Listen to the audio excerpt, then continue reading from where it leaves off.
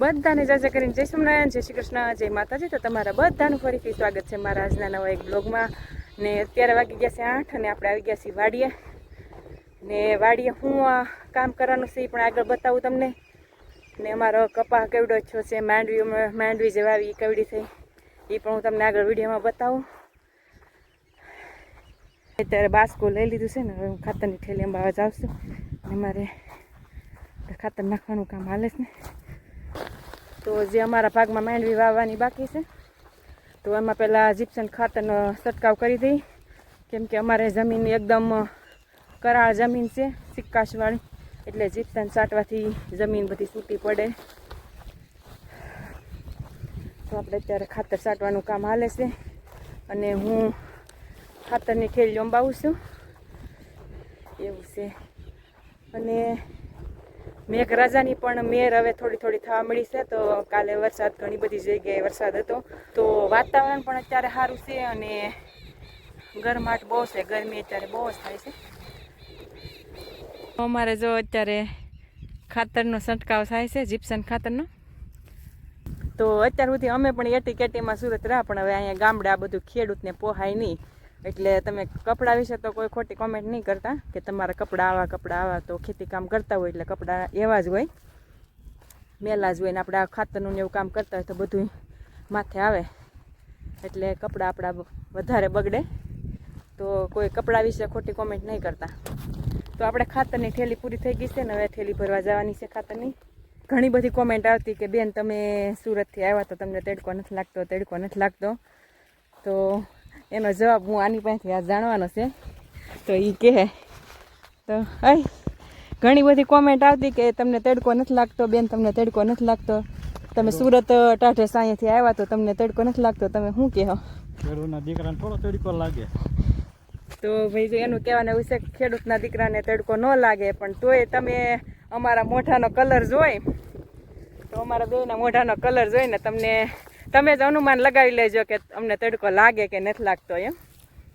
તો અત્યારે અમારો કલર એકદમ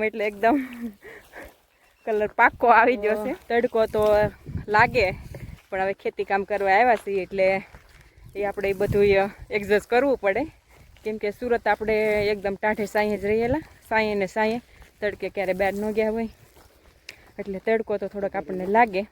તગારું પાછળ છે, હું ઠેલી લેતી આવું. તો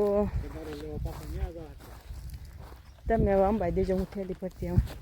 પણ અત્યારે અમારે અહીંયા એવું હોય કે તડકો વધારે થઈ જાય તો અમારે અહીંયા આંબા ને એવું છે અમારા મોટા બાપાના ખેતરમાં, તો ઘડીક સાંયે વયા જાય. તો વહેલા ઘરેથી વહી આવીએ વાડીએ તો ટાઢે પર બધું કામ કરીએ, એટલે તડકો બહુ કાંઈ લાગે નહીં.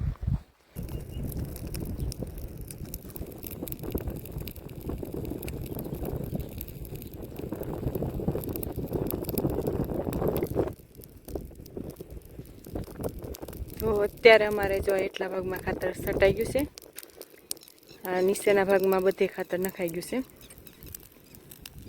એટલે સુધી હવે ઉપરના ભાગમાં બાકી છે ને આ નીચેના ભાગમાં બધે ખાતર નખાઈ ગયું છે.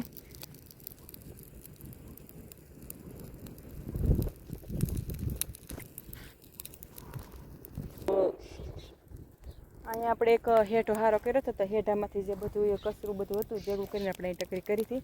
તો એને આપણે અત્યારે ઓછો પવન છે એટલે આપણે એને જગવી દીધી છે. તો બધા ફરતીકોર હેઠા અમે હારા કરી નાખ્યા હતા, બધા ચોખ્ખા થઈ ગયા. અને બધા હેઠામાં આપણે જો ખૂતા લગાડી અને બધા હેઠામાં આવી રીતે તાર બાંધી દીધા. તો 4 લાઇનની તાર બાંધી દીધા છે. બધા હેઠામાં આપણે તાર ફેન્સિંગ થઈ ગયું છે અને બધા હેઠા પણ સાફ થઈ ગયા. તો એના વિડીયો આપણે કાંઈ પહેલાં બનાવ્યો નહોતો, તો એ બધું કામ આપણે થઈ ગયું છે. ને અમારા કપાસ, તો અમારો જે કપા અમે સોંપ્યો હતો ને એ પણ અમારે 10 દિવસનો થઈ ગયો, તો એ પણ હું તમને આગળ વિડીયોમાં બતાવી. અમારા ભાગમાં બધું જ ખાતર નખાઈ ગયું છે ને હવે અમારા મોટા બાપાના એના ભાગમાં ખાતર નાખે છે. તો એને પણ બધું ખાતર નખાઈ રહેવા આવ્યું છે, હવે થોડુંક જ બાકી રહ્યું. તો એ બધા ખાતર નાખીને ત્યાં આપણે ધોવાની છે બધી ખાતરની થેલીઓ. તો અમારે અત્યારે મોટર શરૂ થઈ ગઈ, હું તમને બતાવું. તો જો અત્યારે મારે મોટર શરૂ થઈ ગઈ છે ને, હવે આ બધી ખાતરની થેલીઓ આપણે ધોઈ નાખવાની છે. થોડોક આપણી પાસે ટાઈમ છે ને તો આ બધી થેલીઓ ધોવાઈ જાય, ને પછી ટાઈમ મળશે તો ઘડી કુંડીમાં આપણે નાહવાનું પણ છે. તો આપણે જે ખાતરની થેલીઓ હતી થેલીઓ પણ ધોઈ દી, નાઈ પણ લીધા હતા અને નાય અને પછી અમે ઘરે જમવા વહી ગયા હતા. તો બપોરે જમી કાઢવી અને પાછા વાડી આવતા રહેશી. તો મેં તમને આગળ કીધું હતું એમ કે હું તમને અમારે શું કામ કરવાનું છે તો હું તમને બતાવું. તો આપણે ખેતરમાં બધે જે માંડવીવાળું જે પડવું તેમાં બધા અમે ખાતર નખાઈ ગયું. તો કપાસમાં અમારે જો એવડું ખડ થઈ ગયું છે ને અમારે 10 દિવસનો જો એવડો કપાસ થઈ ગયો છે. તો મેં પહેલાં તમને ક્યાંય વિડીયોમાં બતાવ્યું નહોતું તો હું તમને અત્યારે દેખાડી દઉં ને એટલું ખડ અમારે થઈ ગયું છે.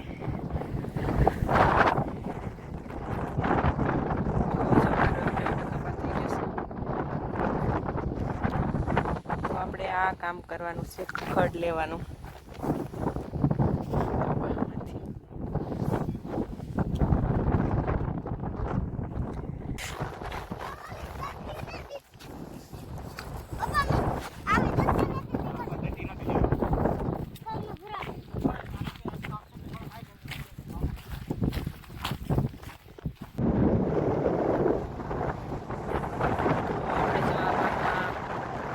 ફુવારા ગોઠવા છે તો આપણે આવતીકાલથી આપણે કોરવાણ માંડવીનું શરૂ કરવાનું છે.